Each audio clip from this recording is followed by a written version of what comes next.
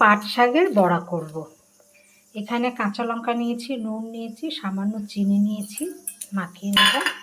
আর এখানে হচ্ছে চালের গুঁড়ো নিয়েছি, নিয়ে এটাকে ভালো করে মাখিয়ে নেব। মাখা হয়ে গেছে, এরকম করে নিয়ে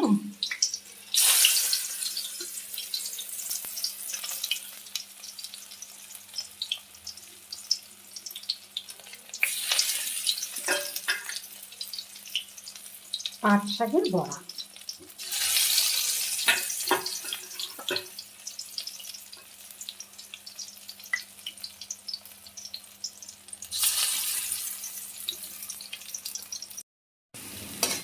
পাট শাকের বড়া ভাজা হয়ে গেছে।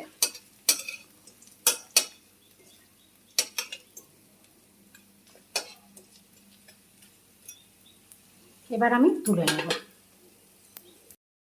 পাট শাকের বড়া কমপ্লিট। বেশ মচমচে হয়েছে, আওয়াজ হচ্ছে।